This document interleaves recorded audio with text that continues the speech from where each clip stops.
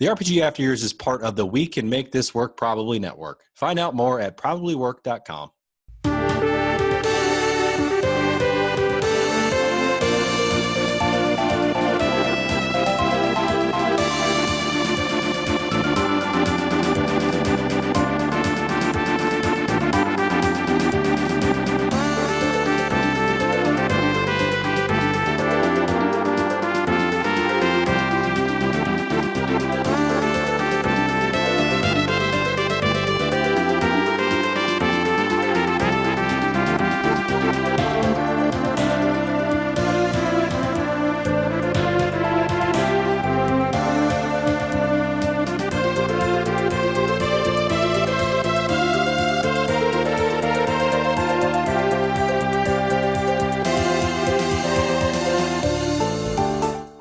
Welcome to the RPG After Years, your weekly show covering all things RPGs from the past, present, and future. This is episode 53. I'm Scott. I'm Rich. And I'm Jay.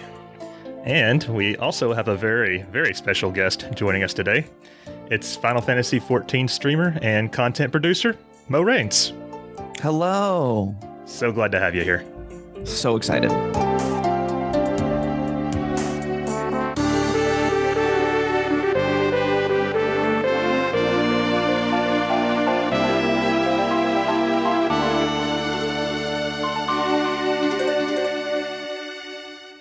So some people that listen to this show might be wondering who the hell is Mo Raines. So I actually know Mo through Dizzy, who has been on the show before. I think he just randomly rated you one time, Mo, and you were playing FF14. Obviously, I'm a big Final Fantasy guy, and I was like, this guy's great. Yeah. So yeah, I got connected with Dizzy through. I honestly I can't remember how we came. I think it was honestly through Iceman, who's another Destiny 2 streamer, and just kind of ended up going over there one of the times he raided. And well, you know, Dizzy, he's charming and hilarious, and here we are now. Yeah, I met Iceman through Dizzy as well. I met a lot of really cool people through him. Yeah. Very, very cool community. It's just that you guys, well, not you so much, but they all play Destiny, and I'm just like, my eyes glaze over whenever. So it's always good when the streamer is entertaining as well. Yeah, yeah. But yeah, so like I said, really glad to have you, and like I told you before the show, feel free to jump in as we go along. Once we get to the main discussion, it'll be all about you and Final Fantasy XIV. So I am excited. All right, so let's just jump into the episode. We'll start out with a little catch up. Rich, why don't you go first, my man? Oh man, I've been playing a lot of games. A lot. Not really. Not sure I believe you. No. Somebody's a liar. Yeah. I have been playing World of Final Fantasy for the RPG Club. So Get the waff. We'll talk about that later. Have you made it to the checkpoint? So, oh, dude, I made it to the checkpoint the first day. Oh, that nice. Just never happened in this history of the RPG Club that we've been doing it for less than almost a year. So, we got to chapter 3. And then we were like, wait a minute, we don't want to have to wait like a week and a half between actually playing this again. So we decided to space it out some and wait. Didn't you blow past the that first Nier Automata checkpoint though? Because you're like, oh man, I didn't know that was the checkpoint. But I didn't know that was like, I didn't do that in the first day. So I did it like a week or so later. That day, like I was playing it on Sunday afternoon. I was like, oh, this is pretty fun. I'm enjoying this. Chapter 4. Oh. Okay, here we go. Mo, I don't know if you're aware, but we do this segment called the RPG Club. It's basically like a book club where everybody's playing along on the same RPG. We just started World of Final Fantasy. I don't know if you've had any experience with that or not. I have not played that. I love the idea of an RPG book club, though. That's actually the most amazing thing I've ever heard of. We've only been doing it since, fall last year? Something like that? Maybe late summer. We've only made it through 2 games. Yeah, we just finished Nier Automata recently. So if I can ask, which ending did you get all the way? Did it all, baby. You did it all. Did it all. ending E unlocked. Did it all? Yes. Okay. Great. That could be a whole discussion since it seems like you've played it before. Okay. But what else, Rich? I have played Final Fantasy 14. So I've been trying to prepare myself for this more. So you're still in between Realm Reborn and Heavensward, right? And then my internet. Are we losing? Yes, Rich? I still am in between all that stuff. So I'm just blowing. Okay. So between all that stuff, I'm still between Heavensward and trying to get to that content of it. So I'm having a good time with that. That's a big grind. I just got to say, I mean, holy crap. There's a lot. I don't know why that's. It's actually reduced from what it used to be too, believe it or not. Yeah, I know that. It's just ridiculous. So I'm having some fun with it. I'll play a little bit later tonight, some more, but yeah, that's it. Just those you've two been games. playing FF14 for like 4 months, right? Yeah, we can talk like more about it later, but I actually initially started Final Fantasy 14 back right before Shadowbringers came out, loved it, and then just got distracted. But yeah, I've been like seriously playing and diving in since like October of last year. And at that point I was at the end of a Realm Reborn base game. A couple weeks ago finally got current with story content and finished 5.4. So yeah, that was my whole point, is that he's already been post Shadowbringers. I just wanted to make Rich feel a little bad for a minute. Yeah, consider the fact that I've been playing 14 like off and on for years. Yeah, I had to restart because I canceled my subscription, did everything, then started back over, and it's just ridiculous. Yeah. So it's fun. Okay, well, if that's it, I'll try to blast through what I've been up to here. It's quite a bit, as usual. I've been started Hollow Knight, been playing that. I'm not sure I'm a big fan of it. Like, I'm getting better at it, but like the fact that the story is like almost lore based, it seems like. I don't know. I'm just having a hard time getting into it. It's a beautiful game and it's fun, but it's also pretty fucking hard. So, but I'm not giving it up yet. I know we said we beat Ori in the Blind Forest, but I've been trying to 100% it. So I got through the areas they added to the DLC, and now I'm just like cleaning up, because once we actually finished those areas, I looked at the map and it was like 87% complete. And I was like, wait, I got this. So that's been fun. Obviously, I started back on Ring Fit Adventure on Wednesdays on stream. That's been fun. One of my favorite ways to work out, as you guys know. Then I've also been playing Pokemon Sword. I got my second badge this week. And so that's actually been a lot of fun, like more fun than I thought it was going to be. Because I don't know, I sort of fell off the Pokemon train after the first generation. So to get back into it's been interesting.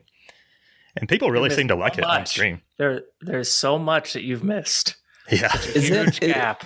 Are the current generations, and I'm sure they are, but like just in terms of like the base game, in terms of fighting and catching, is it a lot different from Generation 1?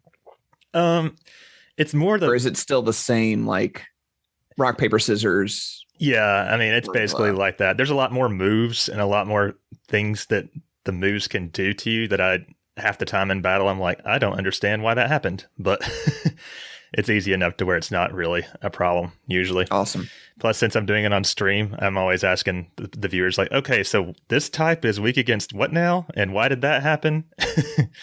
And yeah, in my experience, the Pokemon community is like the Dark Souls community in that they're like a fanatical community when it comes to that game, and they love it and they love talking about it. So yeah, people seem to be into it. So this past week, I decided to like stream it for longer than usual just because of that. And people love it. We also, Corey and I started this new horror game called The Medium on stream, and we're only a couple hours into it. It's been a little bit slower than I expected because it's not a long game. So I'm waiting on that to heat up and like hopefully get a little scarier. I'm a big horror fan, Mo, if you didn't know. So I did not pass. Big pass. By the way, Jay, that game actually pushed the PC. Like I had to lower the settings a little bit. So Really? What? Nice. When did that come out? How? it literally came out. It's next gen or current gen, I guess you could say, and it came out just a couple weeks ago. So, I mean, it wasn't bad, but I had to like take the settings down just a couple notches. So Was it lagging or starting? like very low FPS, it seemed like to me. Oh, gotcha. Well, not very low, just like kind of choppy. So, Corey and I've been playing through Resident Evil 5. We're actually in like the last chapter of that. We're trying to plow through the whole Resident Evil series so we can be ready when Resident Evil 8 comes out and be ready for the big vampire lady. Is anybody ever truly ready? Can one be ready for 8 without playing all the Resident Evil games? Yeah, Probably. I'm just kind of a masochist. Like I'm a purist. Anytime I start a series, I got to start from the first one. So, but we still have like 6 and 7, and I think Revelations 2. So we may not be ready in time. You'll be fine. Yeah. And then finally, we also have been playing Hyrule Warriors Age of Calamity. We actually beat that. We just have a few side quests to go. I was actually surprised because I don't really like the Warriors style of game, but just going through that game, I guess because it was so connected to Breath of the Wild, like it made us actually like it. And so I had a good time with it. However, I don't want to spoil anything too much, but Jay, you were right about your canon question last week, which I was disappointed by. But I can't really say any more than that without spoiling anything. And I don't have it listed here, but as I mentioned before, my friend Lauren has been on the show a couple times. She's moving at the end of next week, so we've been plowing Shadow of the Tomb Raider with her, and we actually beat it last night. Thank you. The goal was Good job. Yeah, to actually have that game done before she moved, and it took a couple late nights, but we did it. So, actually think that's the best one of the trilogy, in my opinion. Which is, I haven't heard that opinion a lot, so looking forward to reviewing that eventually. But that's it for me. You guys know maybe Mo doesn't, but I have like this shotgun approach to video games where I'm playing like 10 of them at once, slowly. I can barely play one. Yeah. Same. What about you, Jay?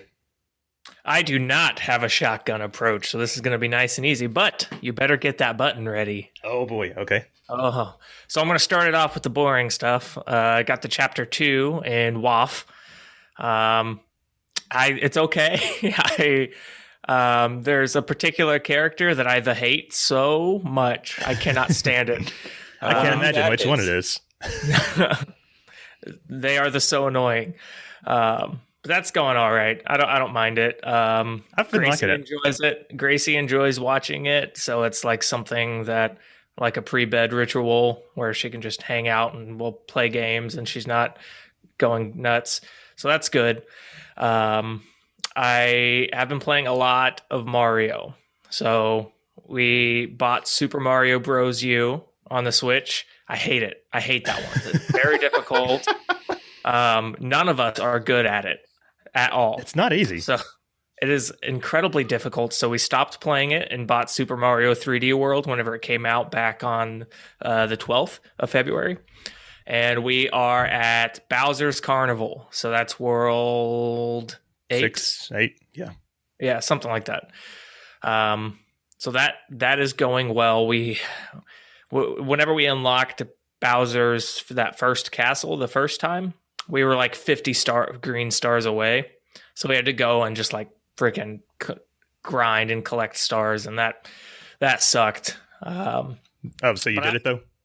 Yes, we did it, and I didn't realize that you can go to a menu that tells you, like, it lists off the world with the green stars, like how many you have, how many you don't have. I found that yesterday, and I was like, oh my god! Wow. I just found a world that has 5 green stars. I only need 4. We're going straight to that one. Is this the same Mario 3D World that was out for the Wii U, or is this like a sequel to it? It's a port, like an enhanced. It's a port. Yep. So it's just okay. I love that game so oh my much. gosh, it is so very fun. much. And the fact that you can be Peach, like Peach isn't the damsel in distress in this one, my 5-year-old loves it. Like she will just strictly be Peach the whole time. It's great. But yeah, having a fantastic time with that. Incredibly fun game. So did you beat it? I have not beaten it yet. No. Okay. Wait, I don't even know how close I am because I've never played this game before. So we're at Bowser's Carnival after he, spoiler alert, steals the fairies again. So I have no idea. There's another world after that, but it's like optional. I think you're at the end boss there. And then there's also Bowser's Fury, which I think is a new add-on with the Switch, right? Yep, I'm excited to play that. Yeah. I haven't started it yet because the UK had like a Steelbook edition. So I had that shipped to our UK host, Bill, and I'm just waiting on that to get here. So are those not region locked, right? Like if you should be able to just pop that in the Switch, right? Yeah. Okay. I hope so anyway. Yeah, I've ordered games through Bill before, so yeah. However, I also played that game on the Wii U and like 100%ed it, which means like beating every level with every character and getting the top of the flagpole in each stage. Like You're madman. I went full ham back in the day. I think I had just graduated college or something. So I don't think I'm going to do that again with this version.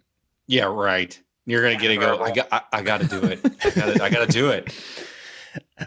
It would be easier if I just made Corey play through every level because you have to beat it. There's well, I don't want to spoil it, Jay, but you got to beat each level 5 times. So, but if you have multiplayer, then you can clear it with multiple characters at once. So that's good at least. I'm not going to 100% it. I don't blame you. It's insanity to do so. That is not in my blood. I've never done it. I never will. Yeah. So. Next up on the J train, I have been playing Trails in the Sky. So I beat FC, which is the first chapter. Good job.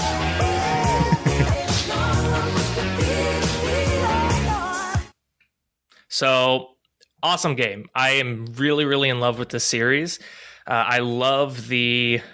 It's kind of like it's sci-fi, so there's basically magic. It's twisted in like some. It's not magic, it's science, but it's magic. So they mix that up with like geopolitical conflict, and it's really great, really good. So FC ended, and then SC, which is the second chapter, immediately picks up after it, like literally right after. And these are 2 different games, right? They are 2 different games. Okay. I'm pretty sure they were initially intended to be one game, but then Falcom was like, this is getting way too long because it took me 50 hours. It took me 50 hours to beat the first chapter. And you know me, I am not a completionist, so I did not 100% it. I did do probably, I don't know, 2/5 of all the side quests. I did all of the side quests that involve not fetching things. So like just going and beating monsters on the different quests. And it still took me almost 50 hours, like 47 hours and something. Jeez. So it was a fun game, amazing game. I'm having a great time with SC as well. But it's just like the tip of the iceberg with these trail games. It's going to take a long time to get through them. Right. But yeah, I played a little bit of Super Smash Brothers as well, a little bit of Breath of the Wild, because I bought 2 Switch controllers, a Switch Pro controller, and then one of the wireless controllers that, I don't know, not the Pro controller. Yeah. It's like a little Mario one that Gracie uses. But playing with a Pro controller is much better than the Joy-Cons. Anytime I'm talking to somebody who plays on the Switch regularly and then I find out they don't have a Pro controller, my mind is just like blown because I'm like, I've been using that almost exclusively since day one. So now that I'm using it, I wouldn't be able to go back. I really love it, especially with Breath of the Wild and Super Smash. But Breath of the Wild, I'm having such a hard time getting into it because it's so loose. There's like no structure at all. You just kind of you have like those initial objectives of do these things, and then it's like do them in whatever order I guess that you want to do them in, and it screws me up. I think some people thrive on that, and other people need that structure. So I can understand. So maybe you should just head for the story.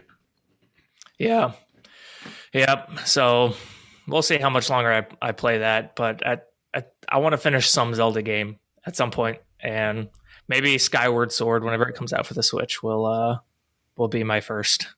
Hopefully. Breath of the Wild is Corey's favorite game of all time, so like, you know, different strokes for different folks. So yep. But that's it for me. All right. Well then, what about you, Mo? What have you been playing, man? I've been playing a lot of Final Fantasy 14, if you can believe it. I am shocked.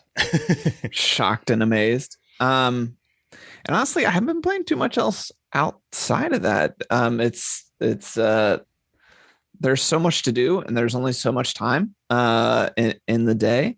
I was going to ask you if you like ever game outside of streams anymore. Not like a little bit here and there. So I love RTS games. I grew up on like StarCraft and Command and Conquer. So that's kind of one of my go-tos, is to just like play a match or two in StarCraft 2 every day as a way to either kind of wind up or wind down before or after stream. But outside of that, not too much. I want to go through the whole Final Fantasy. I say the whole Final Fantasy. I want to go through most of the Final Fantasy franchise again, because I've never beaten 4 or 6. So I need Isn't to. 6 like your favorite, Jay? I want to say yes, but it's been so long since I played it at this point that I can't back up any arguments. So yeah. But I want to play through those, and then I want to play through 7 Remake again, because I thought that was incredible. And then just kind of like start to space those in. Hollow Knight Silk Song's supposed to be coming out later this year, which I'm stoked for, because I loved Hollow Knight when I played through it. Outside of that, not much to report. I'm pretty I same as Jay. I do not have a shotgun approach when it comes to game. I'm pretty singularly focused. To be fair, Mo streams every weekday for like 4 or 5 hours. Right? This is true. So when he says just FF14, it's like, but 30 hours of FF14. So yeah. But yeah, well, I've been. You've been talking about playing the other FF games on stream, and I'm very excited for that, because we'll get into it a little bit more later, but I'm trying to like tune out the FF14 whenever I'm watching him, because I don't want to be spoiled if I do ever get around to playing it. Yeah. Luckily, he plays everything in the Japanese audio, so it's pretty easy to like just tune everything out. So, but yeah. Okay, so one more announcement before we get into the news. So as we mentioned, the current RPG Club game is World of Final Fantasy. When this episode comes out, the goal will be to complete Chapter 4 by February 28th. Should be pretty easy. As we've been mentioning, the three of us have kind of flown through it pretty fast so far. But all right, let's jump right into the news.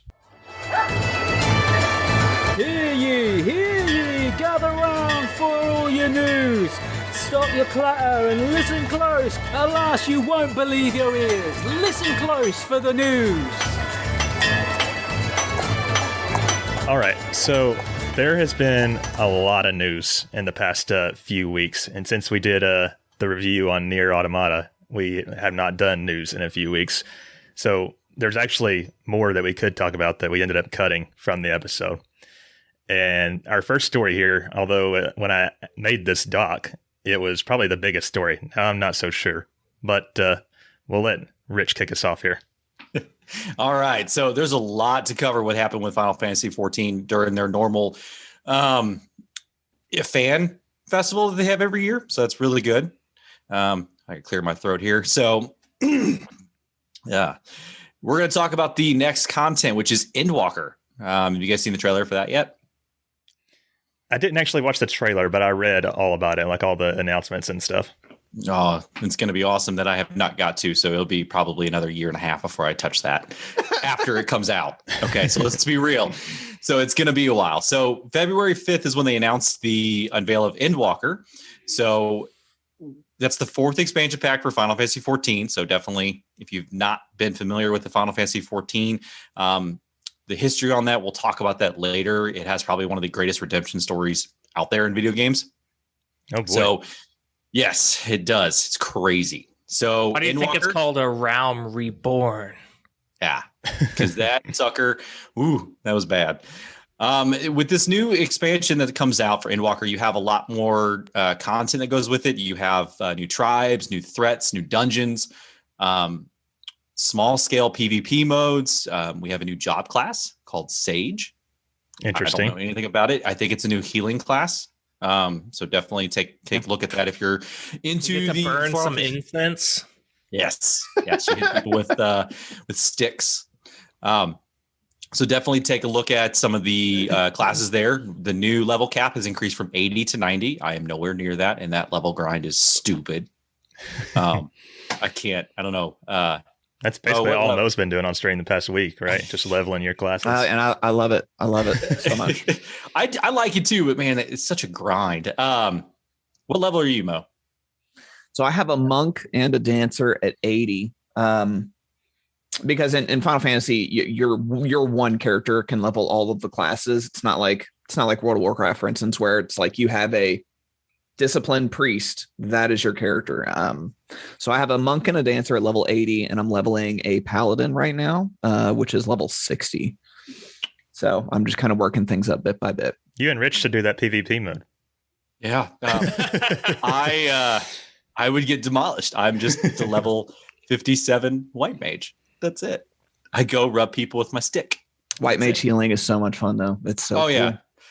I find it a lot more fun to do that. So with that, the new expansion comes in April. If you have the PlayStation 5, they're going to start doing the beta work for the PlayStation 5 version of the game, which I'll be excited for because I have that. And that's what I play mine on. So definitely be on the lookout for some of those if you are a PlayStation 5 player with Final Fantasy 14. So that will upgrade some nice details to it.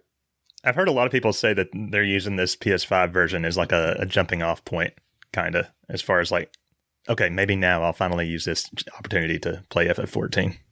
I've heard a little bit of that. So it's supposed to be pretty good to do that. I have mine I play mine with a controller, and then when I talk to people, I have my own keyboard set up. So it's pretty nice to have that. No extra cost for that. So you play on the PS4, but with a keyboard? Is that what you said? Mm-hmm. Yeah.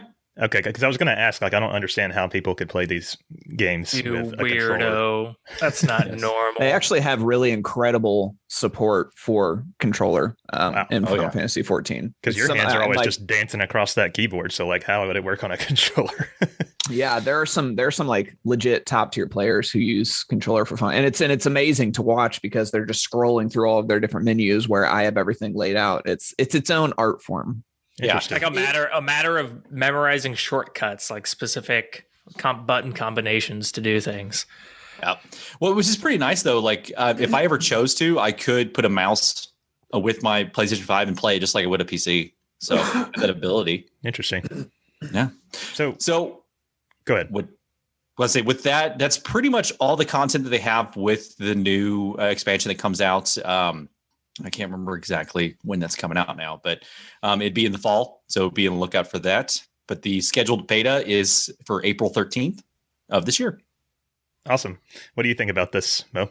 Super excited. This is so cool. This is my first time being current for when an expansion comes out. Like I got current with story and finished everything that I needed to so I could avoid spoilers the day that they did the announcement trailer. So it went live at 7:00 my time. So I finished at like 2:30 that afternoon, finished the raid that I needed to finish, the Nier raid, in order to watch the live letter and not get anything spoiled.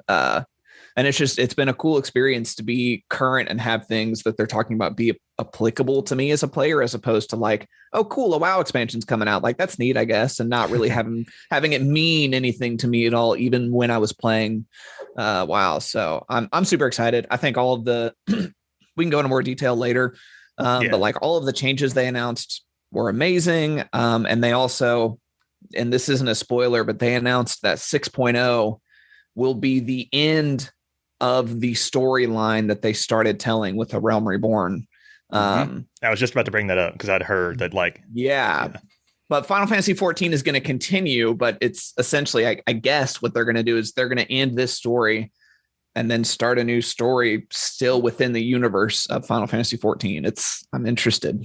Yeah, it's Now- not listed here in the news, but didn't Yoshi P also come out and say they are planning for at least 5 more years of content? I was going to talk about that. Yeah. So they came out and said that they have years and years worth of content for this game. It's not going anywhere anytime soon. You're going to look at massive updates, as years go on. It's not going anywhere. Nope. I think this will eventually surpass World of Warcraft at some point, I think. Honestly, I don't see any reason why they would. I mean, they already have 14 already has such good infrastructure, like such a good base. It doesn't make sense to kill it and create a new MMO. Because it just doesn't make sense. I mean, like a month and a half ago, we got news that they were planning another new content for Final Fantasy 11. So I really don't think 14 is going anywhere anytime soon. I mean, even if they needed to do some type of update for some type of next gen hardware, it's not that hard to push out just specific updates to the underlying software. I really want to see them continuing to invest in 14 as a MMO instead of being well, let's move on to the Final Fantasy 20, the next MMO. Yeah. I don't think you're gonna have any problems changing all that stuff up. I mean, look at the PlayStation 5 version. We just got the PlayStation 5. They're already getting ready to roll out that version of that console. And for you Xbox players, it's never going to come to the Xbox. Sorry. Just going to say that out loud. They Sorry. already made a comment about that. At one point, they were saying Xbox was yeah, we're going to get 14 on the system. And Square Enix said they do not have the resources for that, and they're not going to do it. So, yeah. Well. Okay, but I guess we can talk about more of that stuff a little later when we get to the main discussion. So let's move on here. Okay, so Nintendo had a Nintendo Direct for the first time in 530-something days, a full Direct earlier this week. I streamed it. I was a little let down on it overall, but the stream was surprisingly RPG heavy, lots of RPG news. So I'm going to try to fly through these. First up, they announced Pyra and Mithra from Xenoblade Chronicles 2 are the next DLC character in Smash. Jay, you're the only one here that's played Xenoblade 2, I think. So are they cool characters or what? Yeah, they're super cool. They're the main force of good in Xenoblade Chronicles 2. Yeah, I'm excited about this, and Grayson is especially excited about this. She has crushes on the both of them, and they are. Except I don't know how to exactly unlock characters in Super Smash, especially DLC characters. So I need to probably look that up.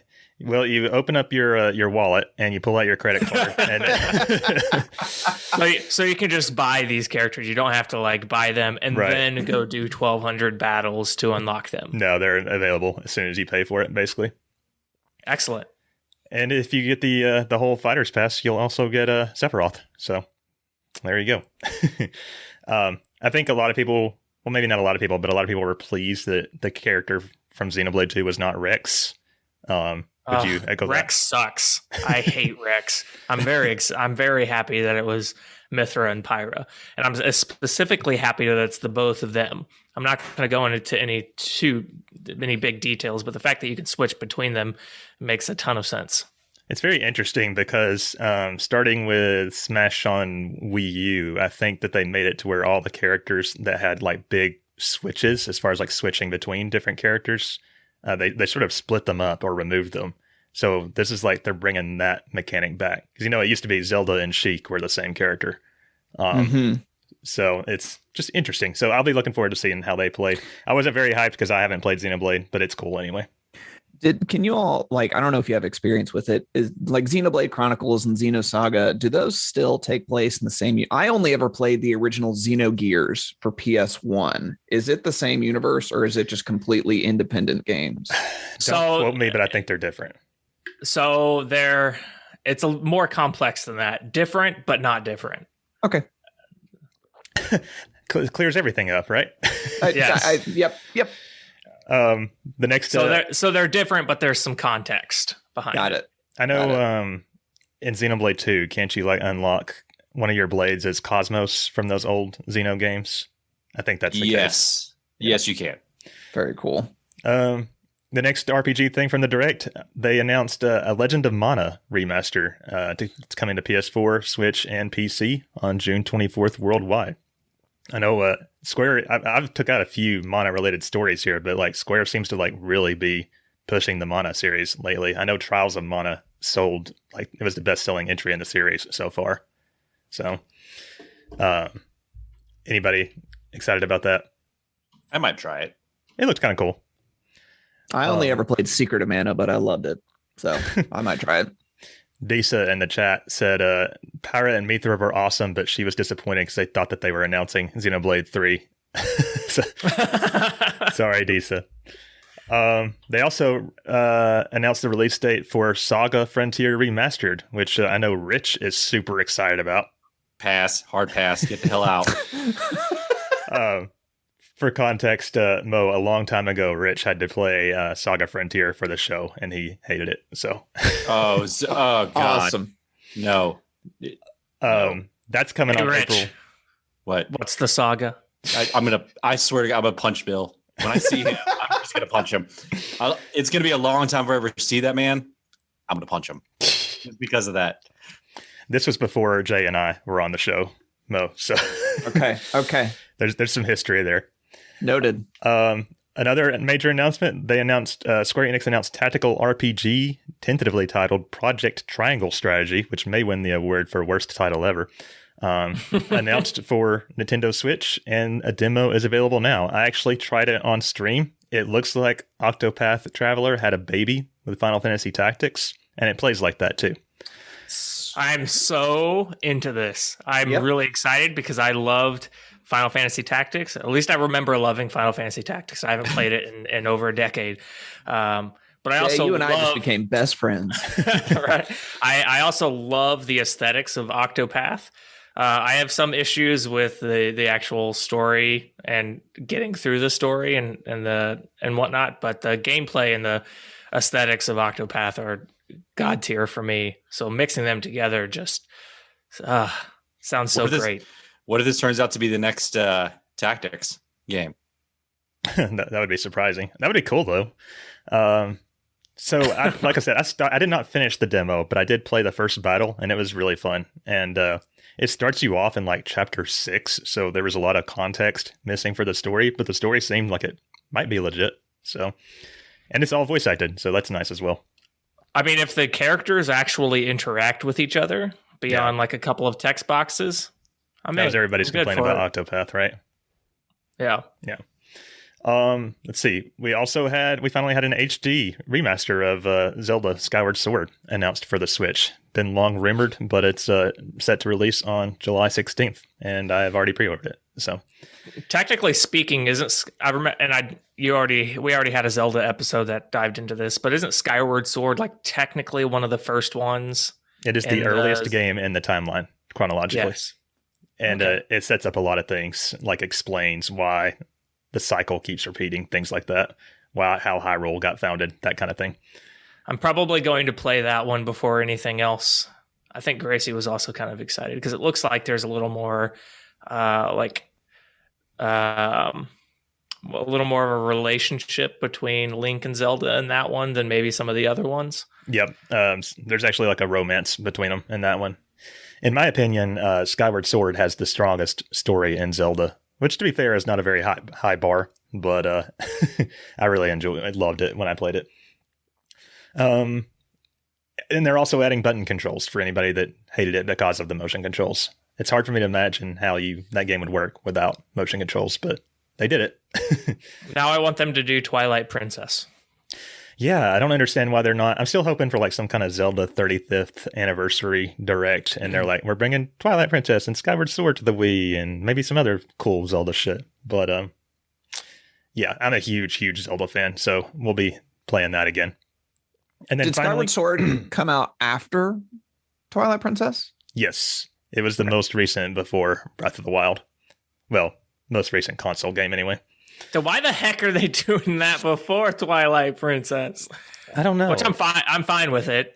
because I'd rather play Skyward Sword at this point. But I just remember Twilight Princess being good.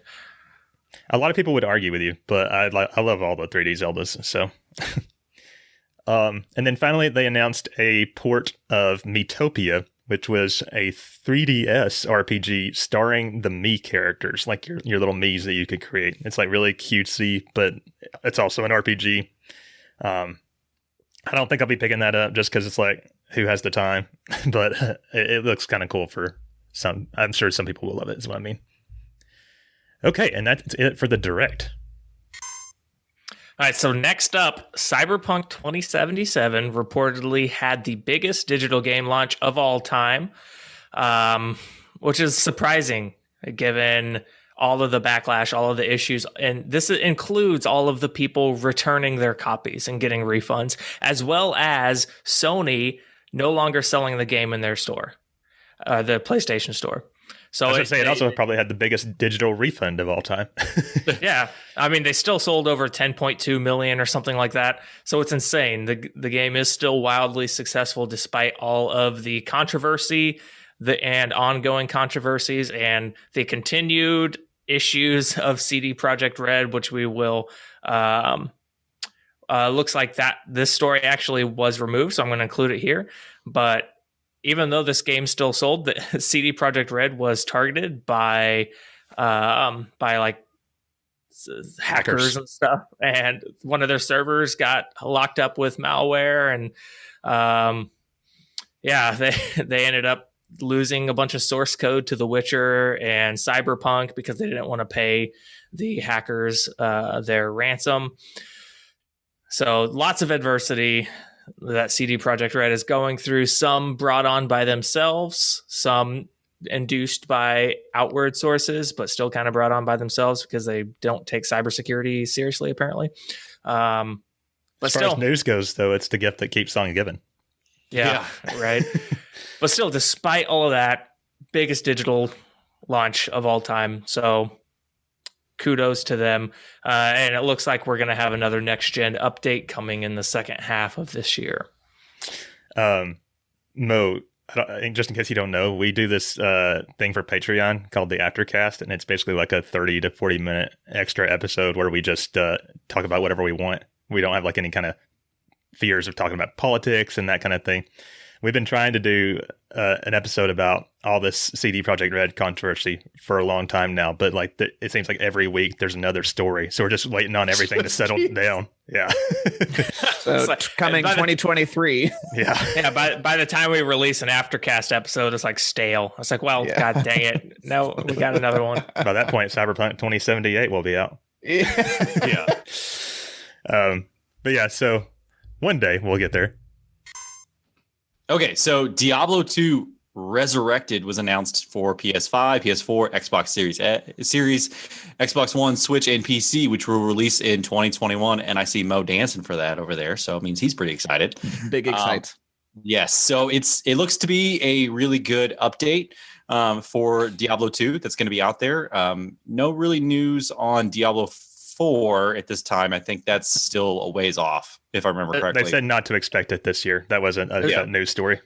Is this just a remaster? Yes, with all the extra content and everything. Let's see. I'm kind of looking through this just to make sure I'm not missing anything. You have 4K resolution, Dolby 7.1 surround sound. You have all the extra content. So from what I saw side by side of the original versus this one, it's a huge update to it. So I've never played the second one. I only played the third one. Same. So. And I'm looking forward to this one. It's really good. It's really, really good. There was another story that I removed about apparently Vicarious Visions was pulled into Blizzard to help them. And the rumor was like on some kind of Diablo 2 re-release. And it became true between me making the doc and actually recording. So I've never played any of the Diablo games. I don't really think that they're my thing, but I know it's just like a huge series. It sounds like Mo, you probably have a lot of experience with it. That was Diablo 2 is one of the games that I just grew up with. Like I was a big fan of Blizzard back in the day. like the original StarCraft, and I grew up with Diablo and Diablo 2. It's a great game. It's very well done. Diablo 3, I also thought was really well done. Like I enjoyed it for what it was. It was definitely a different game, I'll say. It didn't, I think it pushed some of the original fans away because it just didn't have like as much customization as the first one, which just kind of tends to happen with long-standing franchises. They start to make them a bit more accessible, which can lead to some simplification of some things. And I think you had people who put a lot of hours into Diablo 2 who were maybe a bit bummed with how they handled Diablo 3 and how it was a bit more linear. But yeah, Diablo 2 is fantastic. I'm more excited for the Diablo 2 remaster remake than I am for Diablo 4. Well, that's awesome. I'm happy for you. And Rich, have you ever played a Diablo? I played Diablo 3. Okay, I thought so. I was just making sure. Yeah, that's why I'm looking forward to go back to play this one and kind of pick up to see how some of the things happen in Diablo 3 and Diablo 2, obviously. So it's going to be fun. Awesome. So next up, Kingdom Hearts series comes to the PC for the first time, but it's via Epic Game Store and costs $60. So that's awesome. It's coming March 30th. I'm not going to buy something off Epic Game Stores. I also already have the series for the PlayStation 4, but if I wanted to buy it for PC, I'd want to do it on Steam. There had to have been some kind of like money exchanged, right? Like we will give you this much money to make it exclusive to Epic. Yeah, there had to have been some kind unfortunate. Yep. But yeah, it's cool that they are coming to PC at all, I guess. But I don't get, like, you can get them on PS4 for like $15 or maybe even less if they're on sale. So it's like, what are they thinking? I don't know. Because it's 60 per game, right? They're not releasing the final mix where it's like 5 games for $60 or whatever. That's what I have. It's still kind of like how whenever the different sets. So 1.5, 2.5 remix, $50, 2.8 final chapter prologue, $60, Kingdom Hearts 3 plus the DLC is $60, Melody of Memory is $60. Oh, man. So it's not like some huge bundle, but it's still $180. Yeah, brand new price for all of them. And at this point, they're not worth it. So go buy them somewhere else. Yeah. Okay, this was a little bit out of left field, but Pokemon, the Pokemon Company has hired Post Malone to do a concert for Pokemon Day to help celebrate, I think it's Pokemon's 25th anniversary. Is he going to be sitting there singing Rockstar, talking about banging hoes and popping pills with people on their Pikachus? Like, I don't understand. I don't know. This is wild. And it looks like the trailer has like an animated version of Post Malone at a concert. No. What? No way. You know what I want to see? I want to see them take the song Rockstar, but make it into a Pokemon song. So like instead of I've been popping pills, maybe like I've been throwing Pokeballs or something. Oh, wow. But this is apparently going to be February 27th, so not that long from now, at 7 p.m. Eastern, and it will be streamed live to the Pokemon YouTube channel and the Pokemon Twitch channel, as well as the 25th anniversary website. So I'm just thinking they had to have hired some kind of social media manager and been like, okay, make this some kind of big thing. They're like, okay, we got Post Malone. Like, what? Awesome. I would have preferred maybe like Lady Gaga or something, but I can settle for. I know they also have they have Katy Perry helping promote the 25th anniversary. What? Wow. So, and Katy Perry apparently said that she's like a big Pokemon fan. Who knows how true that is? But probably not. Yeah. Everybody's a Pokemon fan. If they can say talk about the paycheck's Pikachu. Right. Yeah, right. Like I know who Pikachu is. I love Pokemon. Yeah, I think I remember I saw like a photo of her with a Pikachu tail or something like that. Things are getting crazy over with Pokemon. Yes. So the next one is the Star Wars Knights of the Old Republic game is reportedly being developed without the crazy EA and BioWare people. So it won't be bad. I am so excited for this. Yep. I am such a diehard fan of the Knights of the Old Republic series. I hope it becomes something good and does the previous games justice. I wasn't a huge fan of the MMO because I'm not a huge MMO person, but the first and second Knights of the Old Republic, so good, amazing game. Yeah, KOTOR is the best Star Wars story ever told. I don't fight anyone on that. I even read the book. Oh, I didn't read the book. Was it good? It's good. It actually awesome. So it sets up the story, like Revan's part of the story in the MMO. Oh, it's so good. So okay, cool, fantastic. Yeah, I've heard nothing but good things about those games. I have not played them because I'm just not a big Star Wars fan. Like, I like it, but it's very casual. Same. Actually, the book sets up the second game, if I recall correctly. So you have the first game, you read the book, and then it sets up the second game. If you've played the second game and know who the main character is in the second game, it explains a lot more about that. Well, thank God that the EA's exclusivity contract with Star Wars games is apparently expiring. So maybe I know that Lost Fallen Order was apparently pretty good, but it's been kind of questionable for years before that. I had an issue with it because of I just saw the main character as that character, the kid from Shameless. That's all I saw. I was like, okay. What were you going to say, Mo? I think I'm in the minority on this. I played Fallen Order. I really liked it. It was fun, and I played it on the hardest difficulty. But I thought that Fallen Order, I think it got released at the wrong time because there were other games that did what it was trying to do better. Like the example I'll give is like the combat system in Fallen Order, I think is the way you should handle combat in a Star Wars game where it can be really interactive and you can have a parry based system and everything. But it came out after Sekiro, and Sekiro is like the gold standard for that kind of combat. And Fallen Order just wasn't quite there. I didn't feel, so it was just I thought the story was fine. I don't know. I wasn't like blown away with it. I don't think it's on the same level as like KOTOR or anything like that. Well, then maybe it's good that the EA thing's expiring. I know Lauren, who I mentioned before, has been telling us, you got to play Fallen Order. It's so good. I'm just I don't want to. Yeah. All I know is if they remake this, if they have this game and it has Revan in it and he takes off his mask and it's like Tom Cruise, I'm going to be so mad. Well, now that you put it out into the universe, it's definitely happening. Yeah.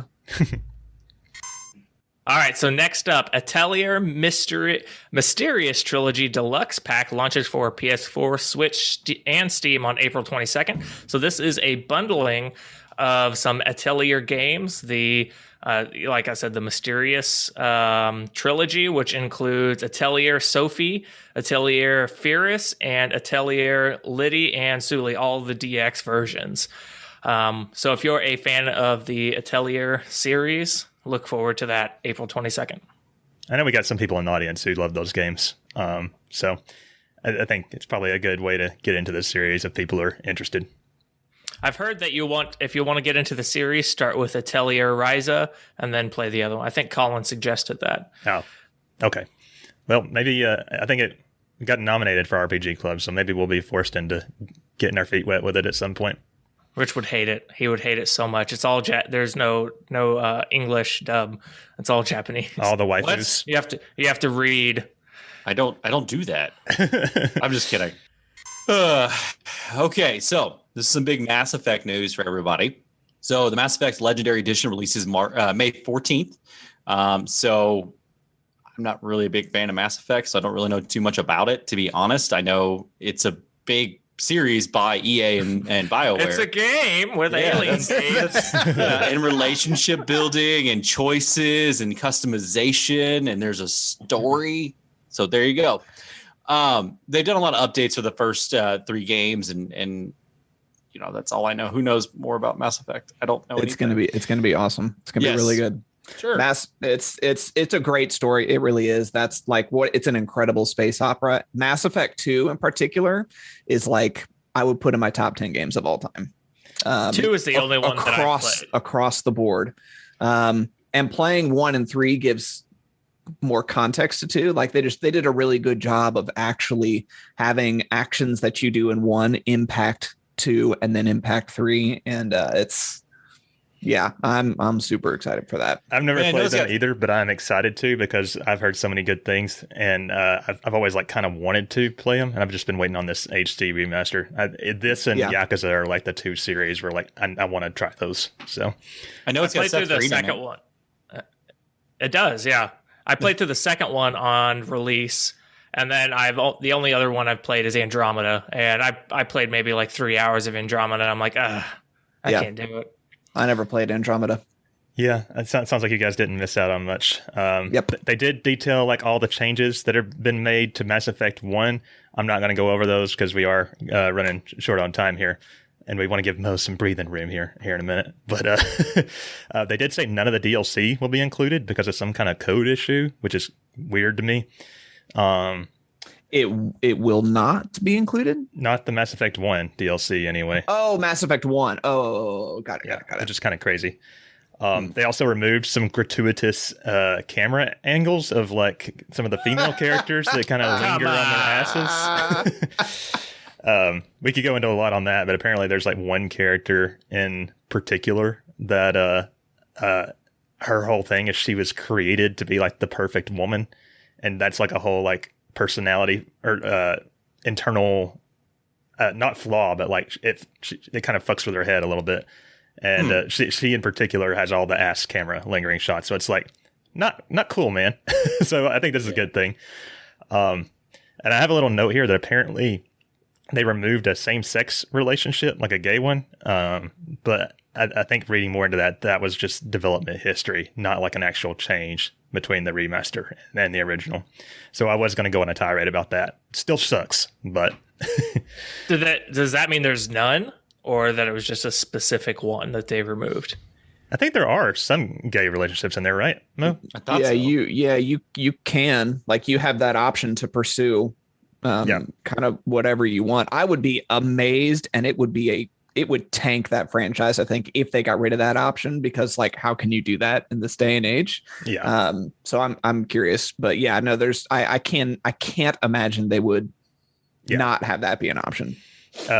I've said this on the show before, but in all these games that have relationship mechanics, whenever Corey's playing it, if there's no, he's full gay. So if there's no gay option, he just like goes asexual. So, and that's always sad, I think.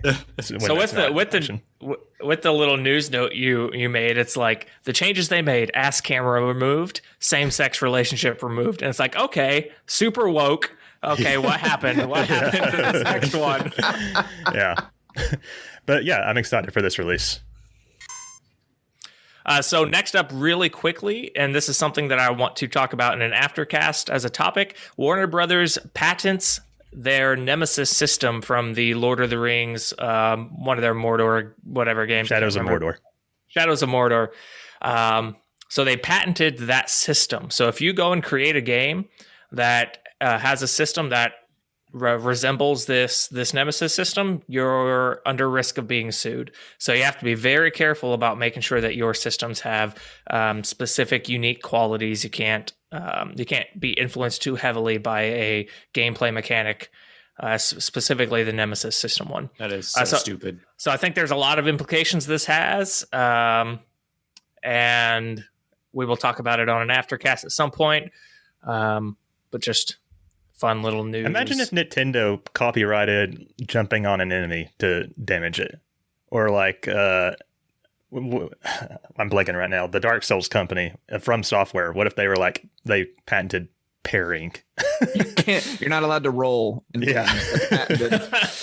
I wouldn't be surprised if the Dark Souls people patented like the way that you can die, like you die, you come back as a ghosty, like that. I could see that being unique enough to be patentable.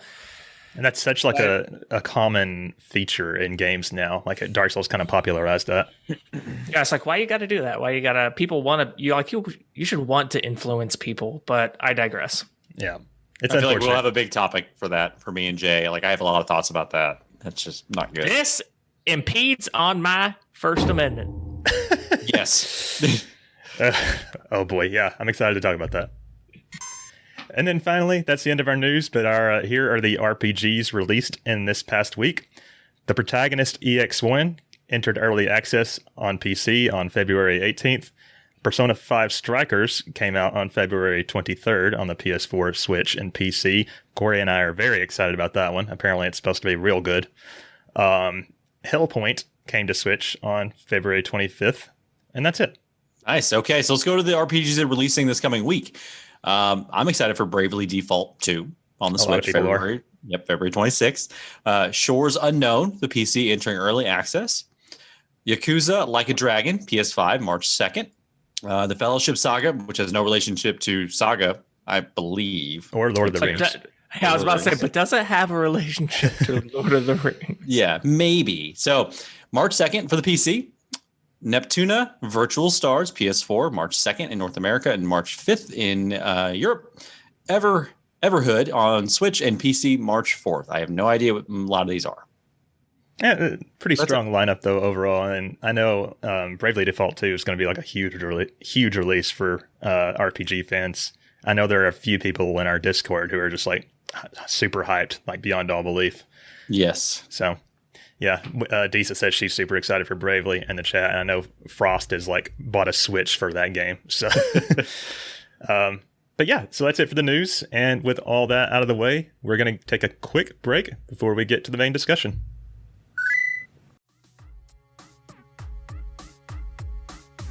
Hey folks, my name is Brett and I'm one of the hosts of Skeleton House, an audio-only Let's Play podcast where my two friends Jess... What is happening?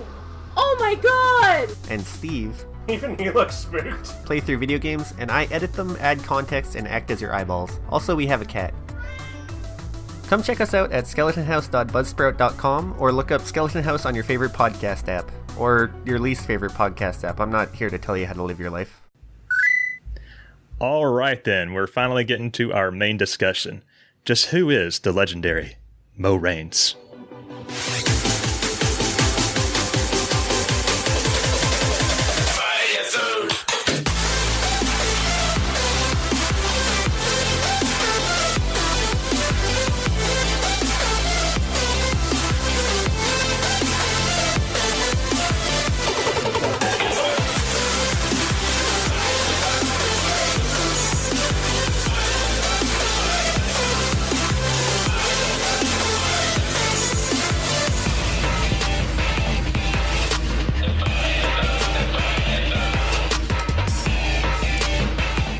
So fun fact real quick before we jump in, when I was looking for those FF14 remixes to use as transitions, I found this album called Pulse Final Fantasy 14, and it's just like an album of like EDM remixes of FF14 songs. I was like, this is awesome. That's amazing. But this is a total aside, but FF14 has like an amazing soundtrack. Yes, it does. Whenever I'm watching your streams, I'm like, this is a banger. And a lot of the bosses. Yes, it does. Disa says, best part of the show is watching all of you rock out. So okay, we'll just jump right in here. This is like an informal interview. Mo, who are you? Hi, I'm Mo. I play a lot of Final Fantasy on Twitch, but I've been streaming for about a little over a year and a half. I actually started as a Destiny 2 streamer. And then after a couple months, realized that was not the direction for me.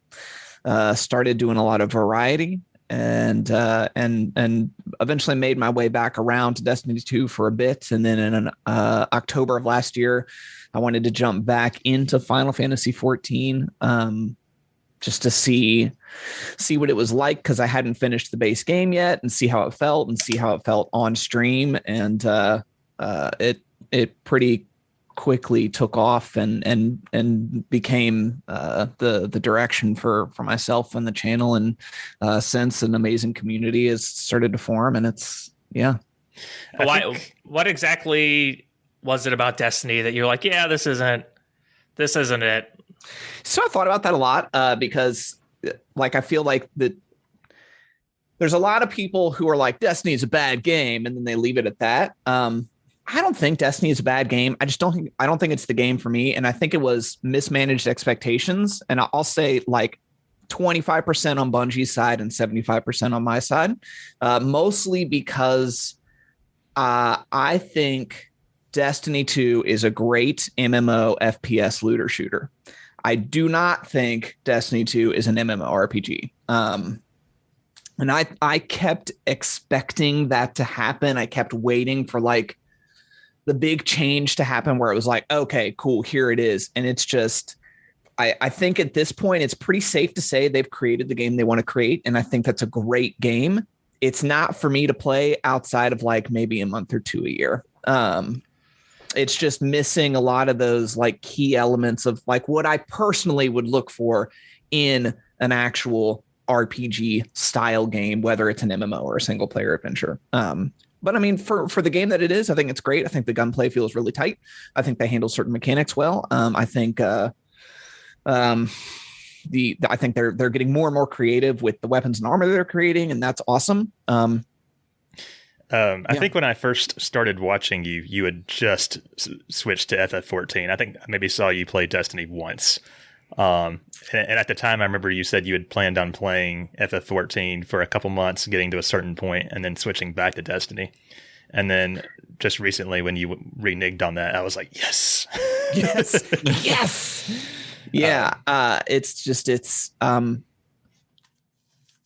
Again, I think it's a great game, and I think it has a great community full of people. It's just not the experience I was looking for. That's really interesting that you mentioned mishandled expectations. You said a little bit of it was on Bungie's side. I only have experience with the first Destiny. I haven't played Destiny 2 because I wasn't that big of a fan of the first Destiny. But I specifically remember when Destiny 1 came out, Bungie was on this kick of saying like we are not going to we're just going to build off of this game. We have a plan for the next 5 years for just this one game to expand and make it grow.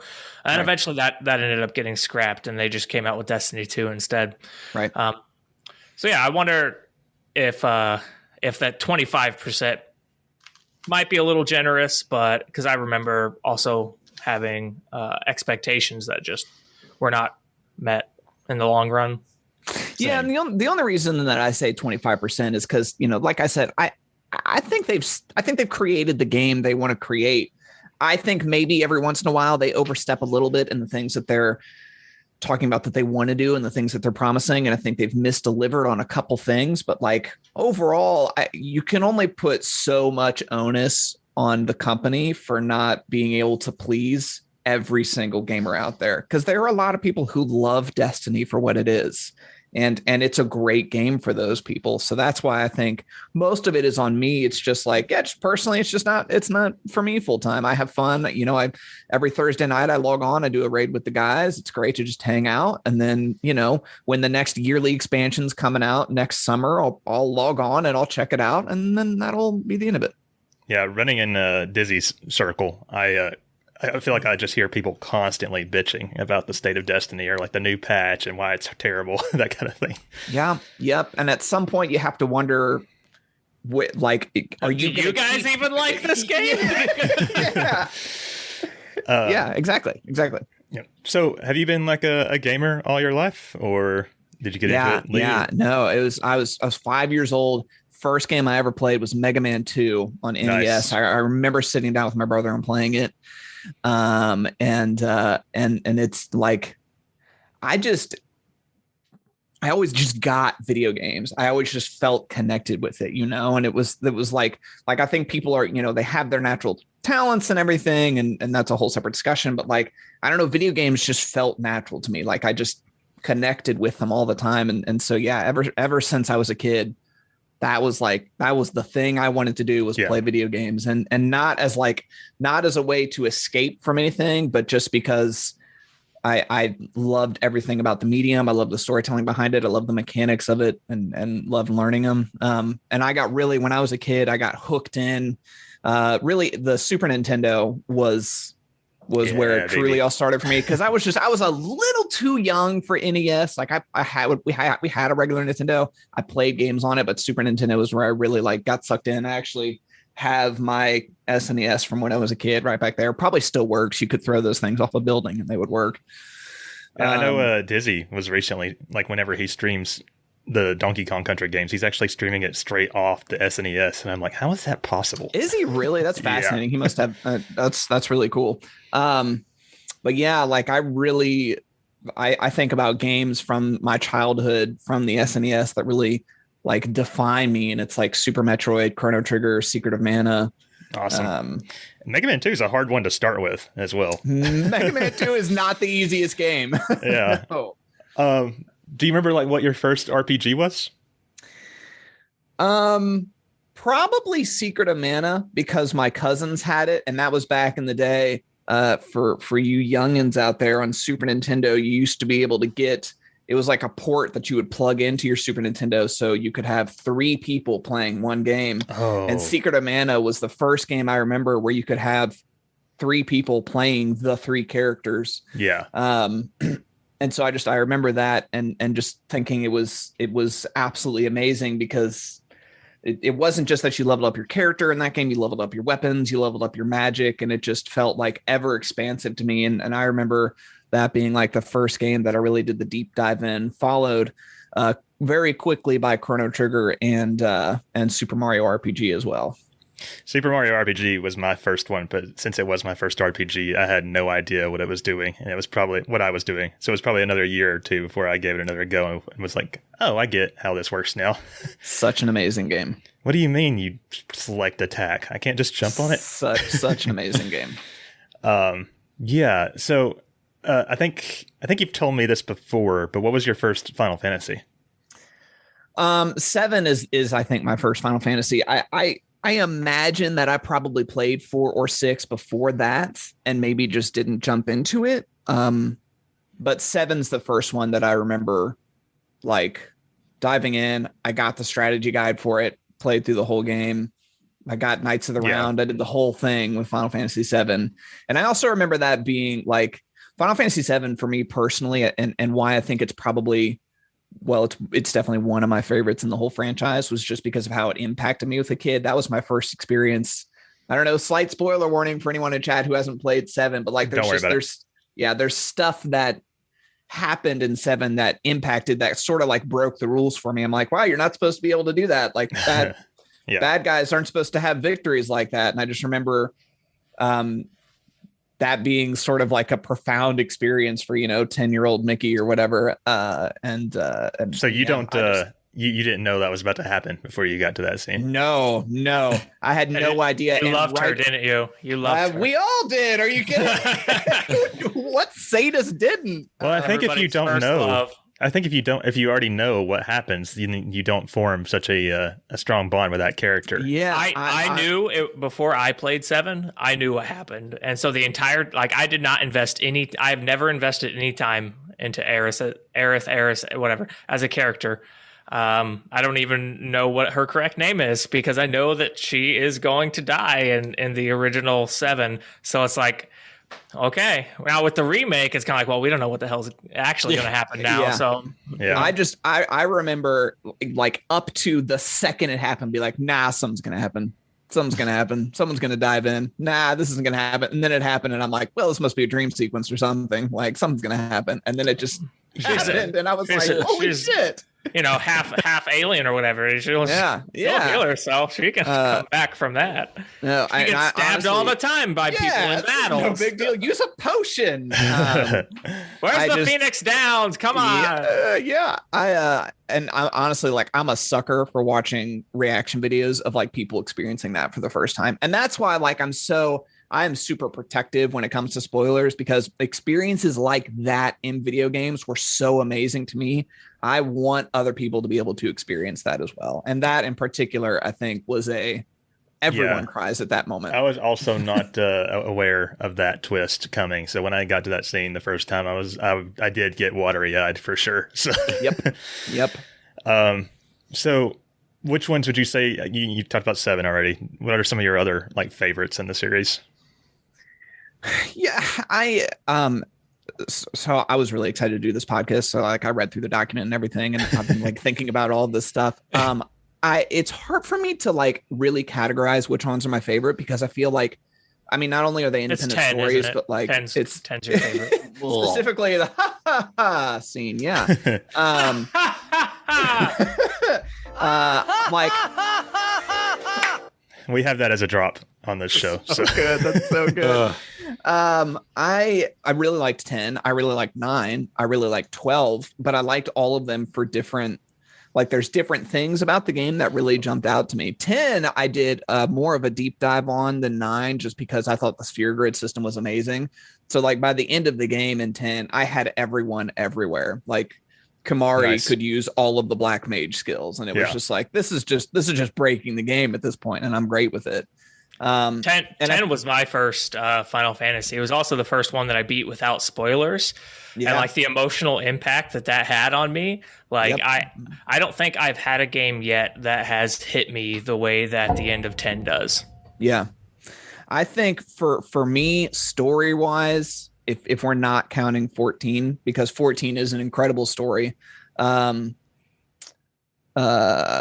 think Tactics is probably my favorite, followed by 7. I just, both of those stories were like, it's almost unparalleled. Like they're amazing, the way that they handle it and all the twists and turns and the way that they just kind of continuously hit you in the gut. I really enjoyed 9. I really enjoyed 12. 12 is one of my favorites. I thought I didn't invest as much in the story of 12. For me, 12 was more like mechanically, I really enjoyed it. I loved the gambit system. I really liked how they handled that. And I spent hours with my buddy. We played that game at the same time over like 3 or 4 weeks. And we just both had a bunch of time off from work. So like I would sleep during the day and he would play, and then he would go to bed and I would log on and I would play my file. And so like our PS2 was on for like 3 weeks straight. We were just alternating playing through this entire game. Wow. But yeah, I was not a big fan of 12, but I did beat it. I want to play Zodiac Age to see if it changes my opinion. I have Zodiac Age. I haven't played it. I'm very curious about that. But yeah, if that's like mainline entries. And then for 14, I don't really put, just because it's hard to put in the same category. Yeah, because you're talking about single player versus live service. But 14 is an incredible story. Rich, Heaven's Word, what you're about to go into, is it's supposed to be really good. Chef's kiss, dude. It's, for what it's worth, I have played Final Fantasy 14. Like I just got I stopped playing a handful of months ago, but I had just gotten to level 30 and gotten the Dragoon class, and then I just fell off because I realized I don't like my character anymore. And so like my daughter created a black mage just to like walk around the city. I'm like, dude, black mages are sick. I want that instead. My character also has like a gray goatee, and I'm just like, I don't like it anymore. You can change it. You can. Yeah. I need to. Well, I guess that's a good segue to jump right into all this FF14 shenanigans. So what is it about it that draws you so much to that game? Because it seems like you really, really love it. I do really, really love it. So I actually first played Final Fantasy 14 back right before Shadowbringers came out, when it was in Stormblood. And I honestly, like, it must have just been that something came up on my YouTube feed where it was like, here's a class guide for this class or something like that. Because for me up to that point, Final Fantasy was a single player experience. So I remember when I was a kid and I heard, I think when Final Fantasy 11 was probably coming out, that it was going to be an online game. I was like, I'm not really interested in that. I hadn't really dove into online play at all. Not MMOs, not like StarCraft 2 competitive. I just hadn't really been into that world. So it was just a single player thing for me. And it must have just been that something popped up on my YouTube feed and caught my interest. And there was you could get like the complete edition and everything through Stormblood on sale. And I was like, sure, I'll pick this up. It's like $30 or whatever for everything. I'll pick it up and try it out. And it just got me right away. I remember knowing within like 10 hours, if I'm ever going to play an MMORPG, it's going to be this. Right. And it was just the way, because I don't think Final Fantasy 14 does anything that other MMOs do not do. Okay. Like World of Warcraft is a great MMO. and things you can do in Final Fantasy, you can do in World of Warcraft. You can it's just it's the formula for each game is different, and just the formula for 14 just caught me right away. I love it aesthetically. I love that there's a combo system for a lot of the classes where one attack sets up the next, and so on and so forth. Or it's proc based. I love the character creation. I was able to make, I made a character that looked like me, and I was like, this is cool. I'm here for this. He does, by the way. I did my best. What was really funny is honestly everything that hooked me in, like the gameplay and the aesthetics and everything. I was hooked before the story because and A Realm Reborn does its job very, very well, which is to say a lot of world building and a lot of exposition to create the world of Final Fantasy 14. And it takes a long time to do it. And it can the pacing gets a little slow, admittedly, at times. So I wasn't really hooked on the story when I was already hooked on the game. And I leveled up a class all the way to 50, and then I got distracted, probably because a Destiny release came out or something. And then I just, trailed off. Yeah. And then, in October of last year, I was like, I want to give this another shot. I remember really, really enjoying it. I had no complaints with the game whatsoever. And so I jumped back in and started streaming it, and I finished A Realm Reborn. And when you finish A Realm Reborn, there's always patch content between each release where they continue the story of the previous patch as well as set up the story of the next patch. And the story just goes off 110 miles an hour pretty much as soon as you get into the patch content. And it was as much as I was hooked before, I was really, really hooked then. And people say that FF14 tells some of the greatest stories Final Fantasy has ever told. It does a great job, and each expansion does not live in a bubble. Each expansion does a great job of acknowledging previous events. It's not like this happened. All right, now we're just going to tell this story and whatever. It doesn't matter what happened before. It does a great job. It's one continuous story, and just the landscape shifts from one thing to the next to the next. What was your favorite expansion? All of them. I mean, they're all good. They from are. What I've heard. They're all really good. Heavensward was amazing. Heavensward is an incredible story, and it dives into a lot of societal and political issues, and I love that kind of storytelling. For me, like one of my favorite books growing up was Dune, which is an incredible sci-fi story, but it's super into the political side of things, and it just the way that it handles and discusses those issues I thought was really, really good. And I also just acoustically was a big fan of Heavensward. I play the game with Japanese audio because it's very pleasing to my ears. I love to listen to it in Japanese. You weeb. The English audio is also kind of weeb. bad.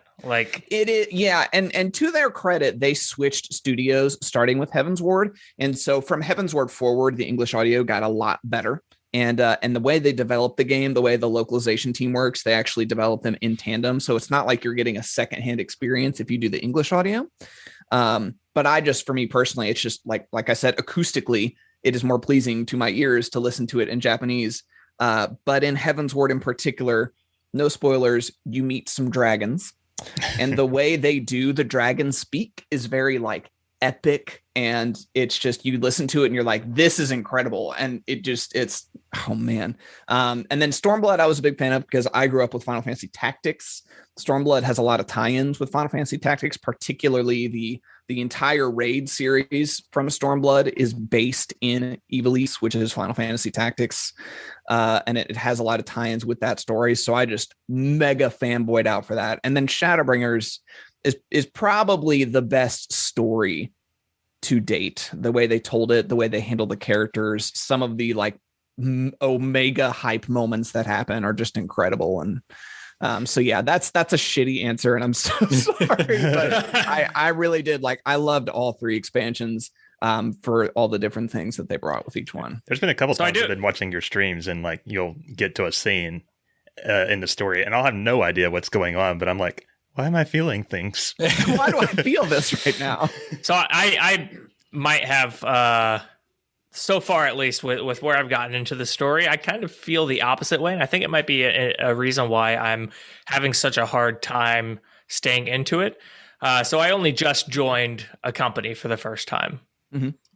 Just got to level 30, really not far into the game whatsoever. But I've already put so many hours into it. But I feel like I have zero connection with any of the characters I've met with so far. Mm-hmm.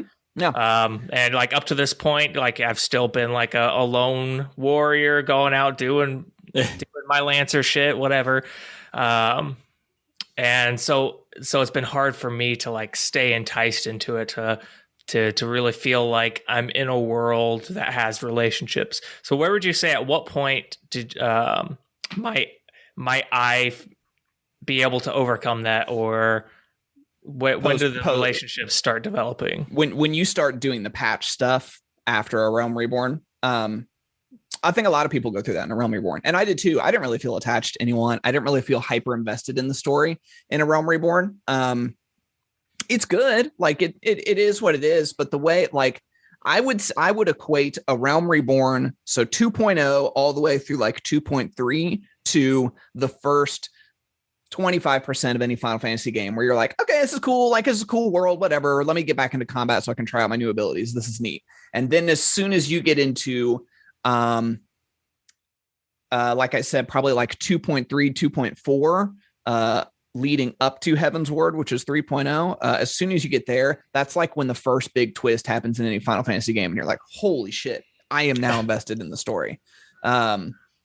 Yeah, I mean, like I said, I think A Realm Reborn does its job very well, but it's a lot of world building. It's a lot of, you just have to meet a ton of different characters, and it does drag a little bit at times, because you're going from one place to the next, to the next, to the next, to the next, and you're not really developing connections with people super well. And then all of a sudden there are definitely a few key events where it sort of flips things on its head, and you're like, okay, now I want to go immediately to the next story quest and find out what happens. That's how it was for me at any rate.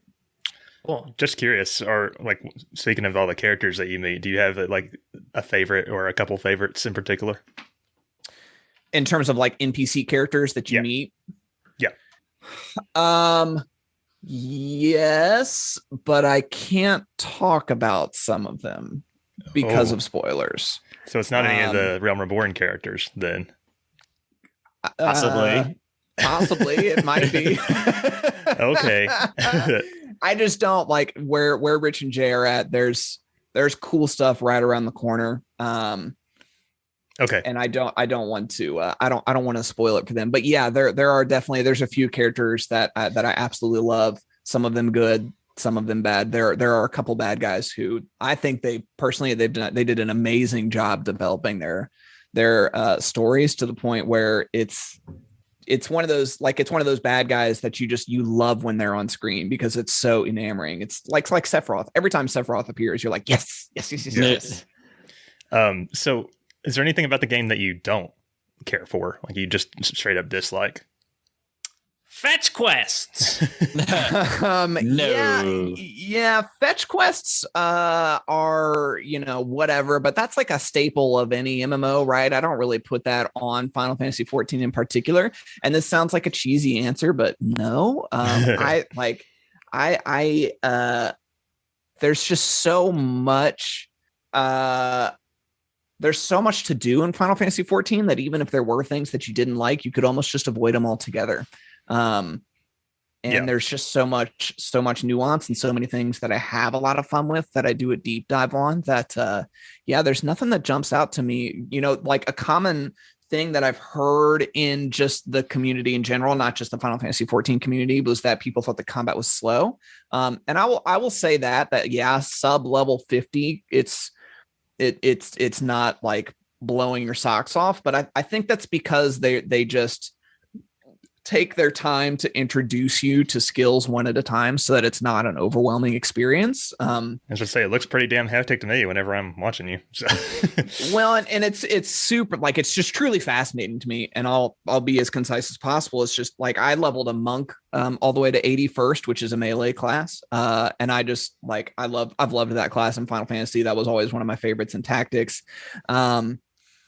And it's just, they do an incredible job of, like, they'll introduce one new skill, but that one new skill will change your rotation completely. And your class at certain levels, because you get one new ability or one new passive trait, will completely change how the class operates, and it completely reinvents itself. So when you get to 50 on monk, things completely change, and all of a sudden you go from having a 1, 2, 3 button rotation with a couple, different things here and there, to now you actually have like an opener that you do. And, you go from having like a rotation where it's like, I'm going to do this and this and this, and then I'll do this, and then I'll start over, to, by the time you get to level 80 on monk and you're doing in-game content, all of a sudden your rotation with your opener is like 2 minutes long, and it's awesome. Yeah. And it all just, but had they just kind of thrown that at you earlier, I don't think I would have really picked up on the intricacies of it and really understood and had a good comprehension of why I'm going from A to B, and been able to enjoy that as much. And it's like, I've played monk, I played it all the way through the story, and now I'm playing it now. So you figure that's hundreds of hours on one class, and there's still a lot of blue sky between myself and like top tier, monk players. So before we switch gears here, Rich, you said you had some FF14 specific things you wanted to ask or talk about with Mo? Yeah. So with that, you're familiar with what happened when it first launched, right? I mean, it's a pretty big deal. Yeah, there's an incredible documentary on it. Yeah. So in case people don't really know this, back when this game first launched, Final Fantasy 14, it flopped hard. I mean, it couldn't run. It was just ridiculously buggy.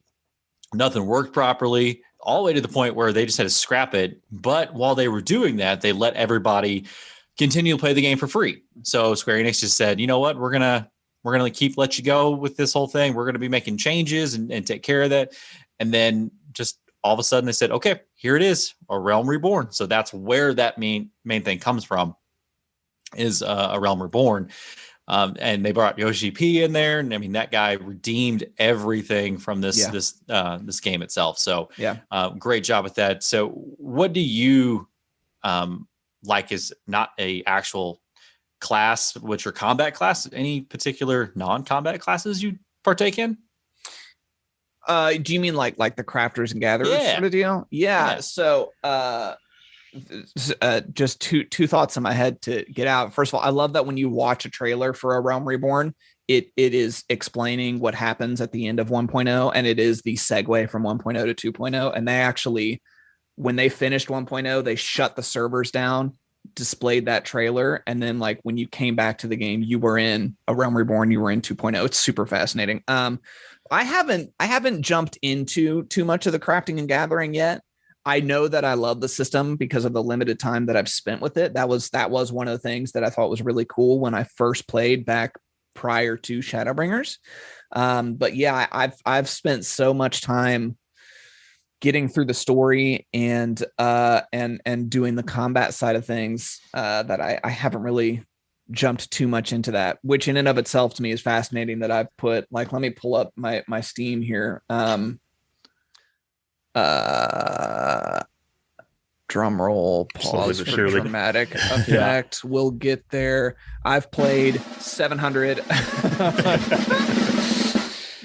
I've played 762 hours of Final Fantasy 14. Holy shit. And I haven't jumped into the crafting side. From what I could tell, until recently, you've mostly just been plowing the story as well. So yeah, we were pretty much on rails to do any story related content, some of which is optional. Like with every expansion, there's always 3 24-person alliance raids, as well as 12 8-person raids.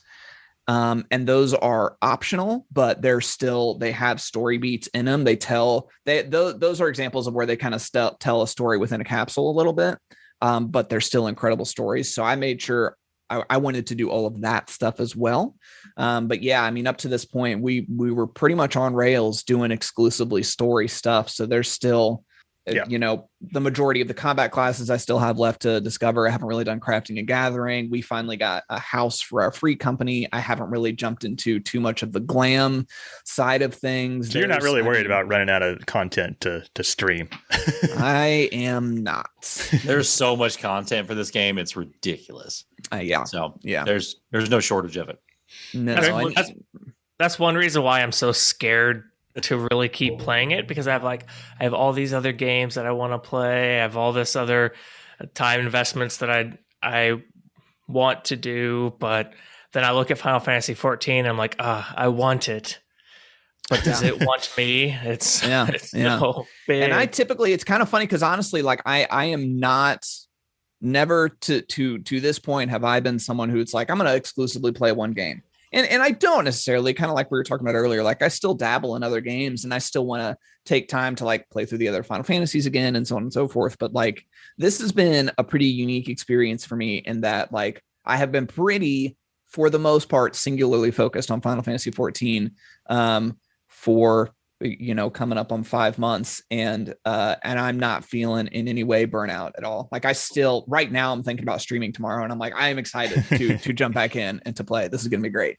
That's awesome. Well, that'll be a good segue. The other major topic that we wanted to talk to you about is just like the content you do create as far as the streaming. I know you have a YouTube channel you're trying to push. So like, I was just curious to talk about that. Like what made you want to get into that sort of thing? I'll be as concise as I can. I'm sorry. I know we're not trying to go very long. I have played video games my whole life, and I was actually pretty late to the game getting into YouTube back in the day, like not creating, just discovering what YouTube was. But I remember the exact moment, the StarCraft 2 beta was out, and I grew up playing RTS games, like I said, like Command and Conquer and Age of Empires and StarCraft. And so when the beta for StarCraft 2 came out, I jumped on board and I was playing that. And I remember, because with the beta, you could only play multiplayer online. And I just Googled it because I was at work. I worked at a theater and we were in the middle of a show, and we ran shows at this theater for like 2 or 2.5 months at a time. So admittedly, I was on autopilot and like, this is fine, whatever. And I was just running my sound cues. And so I wanted to read about StarCraft 2. So I just Googled it. And at the top of the Google search, there were StarCraft 2 videos. And I was like, oh, this is cool. Like I knew what YouTube was. I just didn't spend a lot of time on there. And so I clicked on this video and brought it up, and it was a StarCraft 2 tournament and like at that moment, it was like my universe expanded, like that scene in Doctor Strange where she touches him on the head and he goes out into the universe. Like that's what happened to me in that moment. And I just remember being like blown away that holy shit, there's this whole community of people like me who love video games as much as I do and who play them as much as I do. And like here I'm watching like someone live cast a game as if it were a professional sporting event. And so that was kind of the first moment for me. And I just got really invested in like online gaming culture and just learning more about it in YouTube and watching stuff.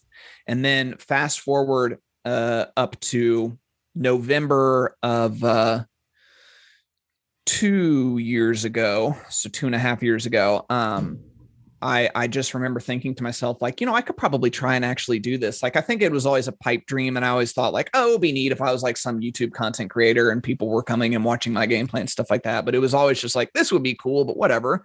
Not something I ever thought to pursue. And I remember actually having the thought of like, no, I think I could do this. Like, why not try it? So my initial thought was to actually start with YouTube content. And so I started doing a ton of research on building a new rig because I had built PC by that point, but I hadn't built a PC for content creation. So I did a huge deep, I did a huge deep dive with like Jay's 2 Cents and Science Studio and Bitwit and Linus Tech Tips. And I would just binge those videos all day long. And I set myself a budget and I saved up for 8 months, pulled the trigger, ordered everything, got my rig. And over the course of that 8 months, I was really trying to figure out what kind of YouTube content I was going to create. And it started to feel a little overwhelming. And so in my head, I decided like maybe it would be easier to start with streaming. And so I changed gears and I was like, cool, you know what? I'm going to be a Destiny 2 streamer. And I started with that and really enjoyed it. Felt like I was going to get burnt out on that after a couple months. And I was having conversations with Mrs. Mo about it. And it just I knew that I loved streaming, and I just didn't think I had found the right niche for it yet. I didn't think I had found the right individual path. And so I switched and I started doing variety, and that was kind of its own journey, which was amazing. But it was just a profound kind of experience for me, because I just remember I've worked a lot of different jobs and I've tried a lot of different things, and I never felt connected or like I was on the right path like I did with content creation. And correct me if I'm wrong, I think I remember you talking about once, with COVID, that kind of shut down the industry that you were working in. Yeah, I was working in the music industry. My background's in production, so the theater I worked at did live sketch comedy and rock and roll shows, and I did sound and light design and did front of house sound for that theater. I worked there for 8 years. Then I bartended for a year, and then I got I got offered a tour. I was a tour manager and production manager for a country rapper for 3 years. On the road. And then I worked in a music management company for 3 years after that. So I had been in music and live entertainment pretty much my whole life since the end of high school. March came around last year. And things started to get really serious with COVID. And obviously, with no live entertainment, music sort of grinds to a halt, especially music management, because it's not like you're booking gigs or anything. And so was that when you decided to go full gear into this content creation life? Yeah, I remember, I don't think anyone knew what we were getting into at that point. So in April, we were working from home, and honestly, there wasn't really a lot going on. I was essentially on call just in case something came up. And so I remember thinking well, you know what, I'm going to take this time and I'll just try streaming full time to just see what it's like. Cause up to that point, it was I would stream a few hours at night or a few hours in the morning. I had a set schedule, but it was a pretty limited schedule. And I was I'll just, we'll see how this plays out. And so I would stream all day, starting at 9 in the morning till I would at the very least go to 5 or 6 o'clock. And then on certain nights, I would go all the way to 10 o'clock at night. And I was doing some long streams back then. Corey would kill me. I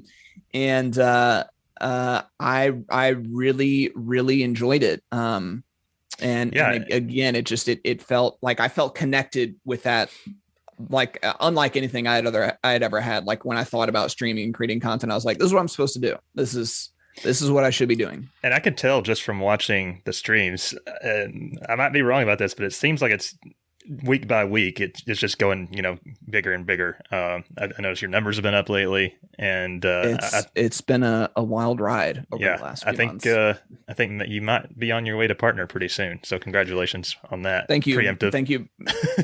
Thank you very much. I really appreciate that. It's been a crazy. I am very lucky to be a part of this community. There are a ton of awesome people. A, in the Final Fantasy 14 community, and B, just in this community in general, who are super supportive and awesome, and who have put in the time and effort to show up for streams and to chat and lurk and hang out. And it's been kind of crazy. I do want to get back into doing things for YouTube, but and I have some thoughts on that, but I need to do a few other things first, I think, to set myself up for success. As a new streamer, I could sit here and pick your brain for forever about all this streaming stuff. But in the interest of time, was there anything else that you wanted to talk about before we close this up? Before we close it up, I do have to ask one question, and feel free to shut it down if you don't want to answer. But have you made it? Are you able to do this full time and sustain a healthy lifestyle and everything that you do, or are you having to supplement your streaming with part-time jobs or anything like that? Yeah, so I'm super fortunate in that Mrs. Mo makes enough at her job that we can live on a single income household. We worked really hard over the years because we came from, like, we weren't, how do I phrase this with making sure that it's accurate? We did not have a lot of money for a really long time. We both worked at the same theater. That's how we met, was we both worked at that theater.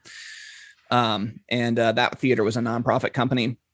And so we made, like, my paycheck every 2 weeks was between $400 and $500. So, like, I remember looking at my tax return and making $15,000 in a year, and having Mrs. Mo's dad, actually, because he was looking at her tax returns, like, you guys literally make under the poverty level, because, and this was a full-time job. Like, it was, there was not really an option to work there and pull in, pull a shift waiting tables at some other restaurant or something like that, just because of how often you were needed and how often you were available. And so we having both worked there, we were very much just kind of living hand to mouth and paycheck to paycheck. We didn't have a savings account. If something went wrong, it was a big deal. Like, you had to call it, if we got a flat tire, we had to call our dads and be like, hey, I'm really sorry, I have a flat tire, I don't have the money to fix this. So we kind of came from that to, as soon as we stopped working there, as soon as we started getting other jobs and realizing, like, no, money does not buy you happiness, but there is a certain happiness to be found in financial security. Yeah. We worked really hard to make sure we were staying, as safe as possible in that regard. So really just coincidentally, before I started going full-time streaming, I essentially became debt-free. I paid off, we paid off our car. I paid off, the engagement ring, like these big ticket items were all paid off. And so essentially we are, outside of our house, we're debt-free. And so we just live with our monthly bills. So that kind of allows us to live off of a single income. I make enough from streaming that I can essentially pay what are my monthly bills, internet, a bunch of different Twitch subscriptions and stuff like that. But and sorry for such a tangent, but in a roundabout way, like yes and no. If I were on my own, no, I would not be making enough. I think it's a long road to get to that point. I also I personally don't believe that it's an option anymore to do that exclusively through Twitch. Interesting. Yeah, totally. I think I don't think there's really such a thing anymore as exclusively a Twitch streamer. If you're talking about, like, really, really making it as a content creator, I think you have to have a presence on multiple platforms that can lead to you getting partnerships, sponsorships, et cetera, et cetera, et cetera. If we're really talking about, like, setting ourselves up in a financially secure position. Yeah, that totally makes sense. Thank you for sharing your experiences there. Yeah, it is really cool, and that's I really enjoyed just listening to you, like, just talking about your career history and how you ended up finding yourself into streaming. And I also think it's really awesome that you highlighted, like, how important your partnership with your wife. There's a mutual dance there with people doing what they love to do. Yeah, I think it was really awesome. Thanks for sharing that. Oh my gosh, thank you. Yeah, I love talking about it. It's been a wild ride, and I've been, like I said, I've been incredibly blessed over the years to have been given the opportunities that I've been given to be able to pursue them, and to have a supportive partner in all of it. Not everyone finds themselves in situations like that where it's a possibility. I think right after this, I'm going to go talk to Corey and see when he's getting, like, a big promotion or a raise or something. Corey, I need you to be a sugar daddy. Exactly. Yeah. I did that for years for him. So what's the difference? It's his turn. Yeah. Yeah, totally. But yeah, was there anything else that you wanted to talk about, Mo? No. Otherwise, I'm going to go on a ramble, and we'll be here for 3 hours because I have a blast talking to you guys. So no, I think we covered it. Final Fantasy 14 is amazing. The rambling, this is something we face every week. Like, oh God, it's been 2 hours. Oh man, wrap it up. Come on. Nobody's going to listen to this. Yeah, no, I mean, I had a blast, and maybe we can all get together on another podcast and continue more conversations because I would love it. Well, absolutely. Well, on that note, we're going to go ahead and move on to our outro.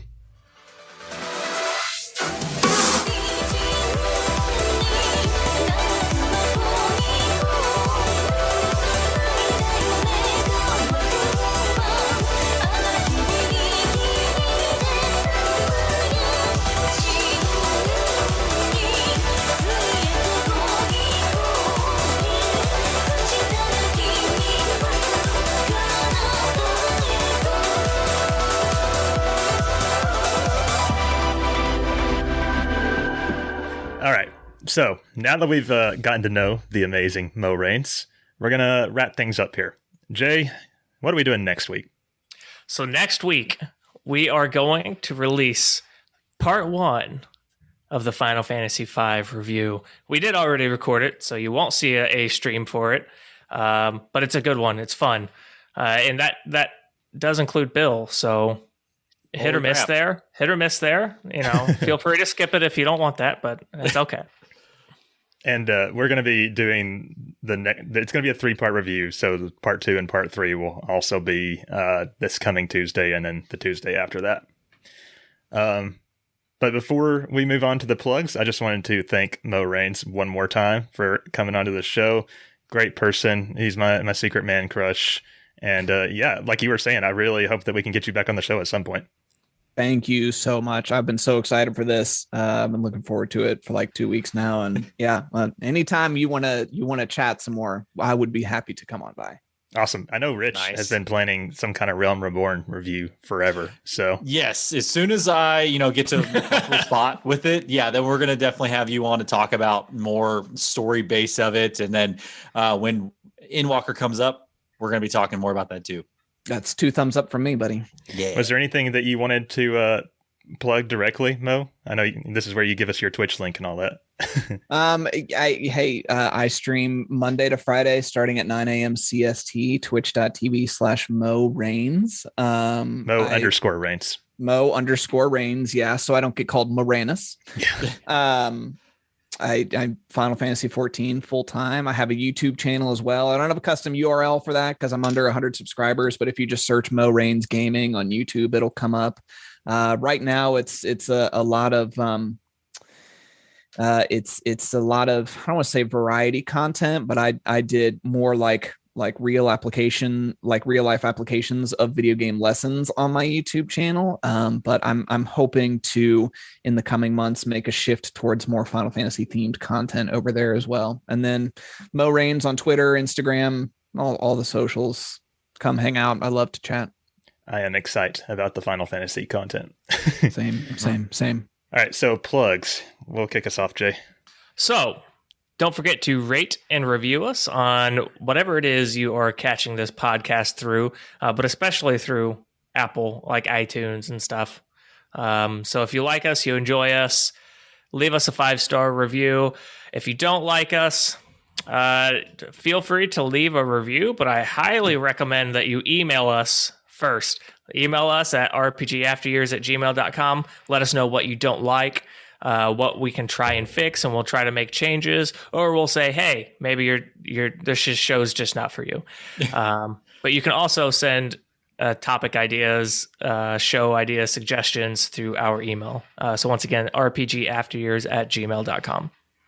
By the way, we read your review on the show last week, Mo. So thanks again, once again. Hey, for doing that. You're welcome. Yeah, my pleasure. So that's how we if you want to get interviewed by the RPG, leave a review. It was not planned. 5 stars, everybody. We also have a Patreon. Some of the best benefits you can get over there. You can get early episode access. So as soon as the episodes are done being edited, they go live for patrons. You can get ad-free versions of the episode. Get access to the aftercast, which, as we said, is just like a bonus episode where we're more unfiltered. You can get lots of extra non-RPG reviews. We just reviewed Blair Witch yesterday. We're reviewing Celeste next week, which is one of my favorite games of all time, by the way. But you also get the ability to participate in the nominations and the voting for what game is selected for the RPG Club. And that's just some of them. There's even more out there. You can find all that over at patreon.com/RPG After Years. And if you guys haven't noticed, been hanging out with us for the entire podcast recording today. We are live on Twitch. We stream every Sunday, usually about 9 a.m. Eastern time, over at twitch.tv/RPG After Years. Come hang out with us. We interact with you guys during the live stream. It sounds like that might be changing soon as far as the time, but we'll discuss it offline. And usually if we're doing a bonus review, those stream on Saturday, usually at noon. And if you want to follow me, I'm on Twitch too now. So not here. Another way you can help out the show, we do have a merch store on Redbubble. You can get, you see I'm wearing this shirt now. We got coasters, posters, everything you could want except for hats, unfortunately. But that's over at redbubble.com/people/RPG After Years/explore. Nice. And the conversation is ongoing every day through our Discord. Link can be found in the show notes or our pinned tweet on Twitter. Come join that conversation. A lot of great things. You name it, from every different series we talk about, from video games on to just everyday topics. Our Discord is like one of my favorite places to just hang out and chat now. So I was like very not Discord person, but now it's like I'm checking it all the time. You're like, what's going on, people? You've what seen are we the talking light about today? Seen the light. I think we have about 100 people in there now. Yeah, it's pretty popping off. Yeah. I don't know. I don't count them. Speaking of Twitter, though, you can follow the show at RPG Years, and you can follow me at The Scott Spot. You can follow me at JAYD Hizzle. You find me at HaleBlue1569. This is where you say yours, Mo. Come on, Mo. What is this, your first episode? You can find me at Mo Reigns. Awesome. So that's going to do it for this week, everybody. It was nice, straight chilling and vibing with Mo in person, face-to-face, finally. It was awesome. Maybe we can have him on again sometime, like we discussed. But until then, I'm Scott. I'm Rich. I'm Jay. I'm Mo. Bye, guys. Bye.